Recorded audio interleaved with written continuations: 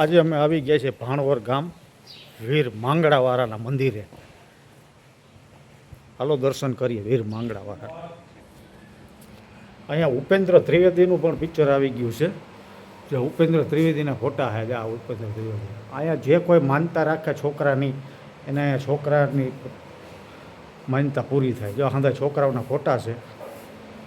આ મંદિર છે સતી પદ્માવતીનું મંદિર છે.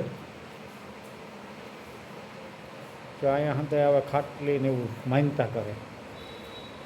આ વીર માંગડાવાળાનું મંદિર છે. અખંડ દીપ ચાલુ છે. વીર માંગડાવાળા.